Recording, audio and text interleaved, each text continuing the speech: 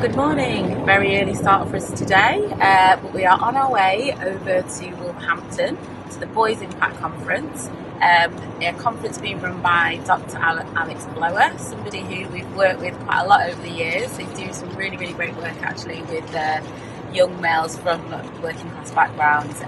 So yeah, it's one we've been looking forward to for a while. And we have Danny here who is driving. So looking forward to it.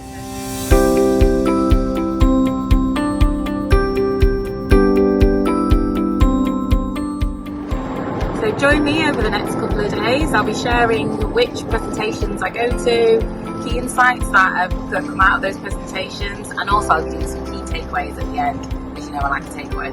Alright, bye for now.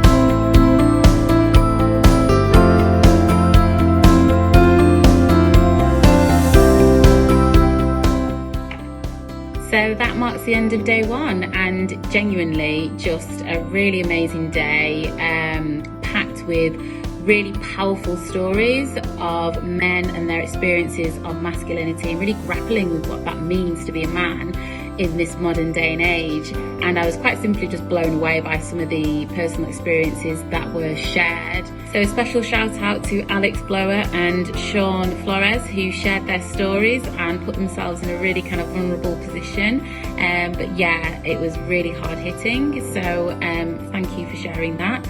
And just to say as well that some of the really tough topics on masculinity were not shied away from, which I loved. And there was really kind of a open space to discuss some of these subjects. So things like incel culture,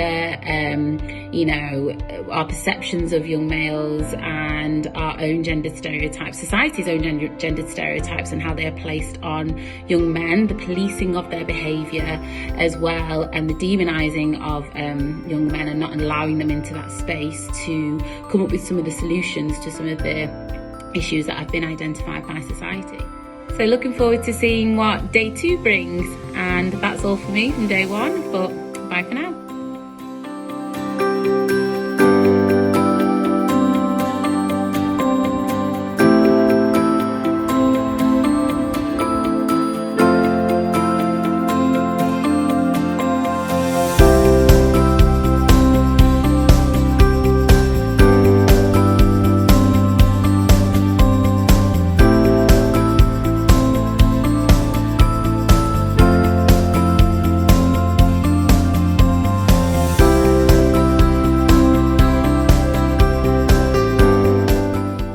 I'm back from the conference, and these are my 5 key takeaways. So up first is the pervasive inequality for boys on free school meals, and it was highlighted very vividly on the first day that this is now a problem that has become quite a stubborn one and part of the trajectory for young males from disadvantaged backgrounds. They systematically continue to have poor outcomes, and it is something that just isn't budging and nothing seems to be penetrating. And I think this problem was kind of really highlighted by the fact that, hundreds of millions of pounds have been poured into this pupil premium scheme, but unfortunately for young males, it's not something that they are seeing the benefits of. Takeaway number 2 is the gendered construct. Obviously, we're going to talk about gender, and Susan Morgan on the first day laid this all out very eloquently, and I think think this made me really stop and think, because we do like to think that we live in a very kind of modern world where the ideals and norms of what somebody should be like or behave like or act like because of the gender just isn't a thing. But it very much is. The social construction of what it means to be a man is systematically reinforced, monitored, policed by society, and it really starts from when boys are really young and carries through to every aspect of their lives, including the classroom. So third up is teacher ideals, and Mark Roberts, author of Boys Don't Try, was talking about this and about the classroom specifically and what studies have shown in terms of what teachers generally expect and how that is very different for boys versus girls, and how they're generally shown to have low expectations for boys in the classroom when it comes to them performing academically.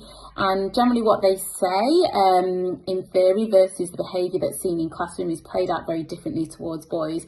It's obviously maybe subconscious. I'm not kind of suggesting that teachers are purposefully doing this, but this does have negative kind of connotations and ramifications for boys and how they behave and perform in the classroom, the self-fulfilling prophecy. Kind of these ideas that boys don't like writing, they don't like reading. So boys do have high expectations for themselves, but in some cases teachers can have low expectations for them. And fourth up is the disaffected modern man, and Sean Flores on the first day did kind of speak to this point very eloquently, and kind of made a really real point about boys actually feeling too, and sometimes we can forget that. And where a lot of the suffering has come from is where boys feel that they can't live up to these gendered constructs. And there are a lot of false scripts out there about how boys should behave, what they should do, and that all being reinforced. And then this leads to kind of boys pretending to be something that they're not, and not really feeling understood, then starting to feel kind of disenfranchised, and, the fact that they can't talk to anybody. But yeah, some of these harmful narratives out there that boys can only succeed if they're working to the absolute extremes, things like that. These are damaging for boys. And fifth up is Tate, and thinking about that as maybe the symptom and not the cause. So we spoke a lot about the controversial figures now that young males are aspiring to be, and again some of those harmful narratives that are out there. But is this a cause of something, or a symptom, I suppose, of something that deeper and more harmful happening in society, and the issues around boys and them feeling generally disconnected? And I suppose there was a conversation around this of not demonising boys for following these controversial figures, but actually inviting them in and having some of this critical thinking and having some of these conversations around that, versus kind of shutting them down, trying to tell them how to think, and then further marginalising them as well.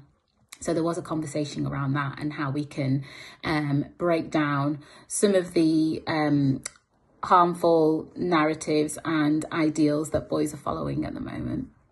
And the final sixth one is an action really for you guys. So this is something that I felt talking to a lot of the delegates there as well. It's personal really, if you have a son, a dad, a husband, a partner, a brother, an uncle, it's something that touches and affects us all, this issue.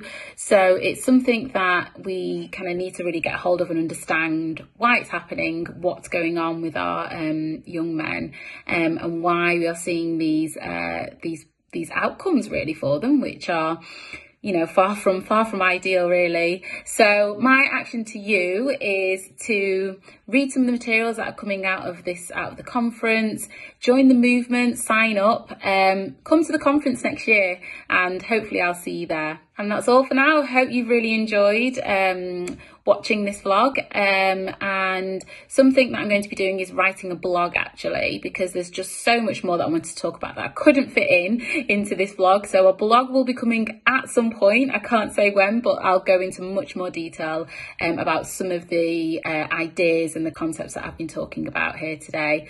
So yes, I will see you next time.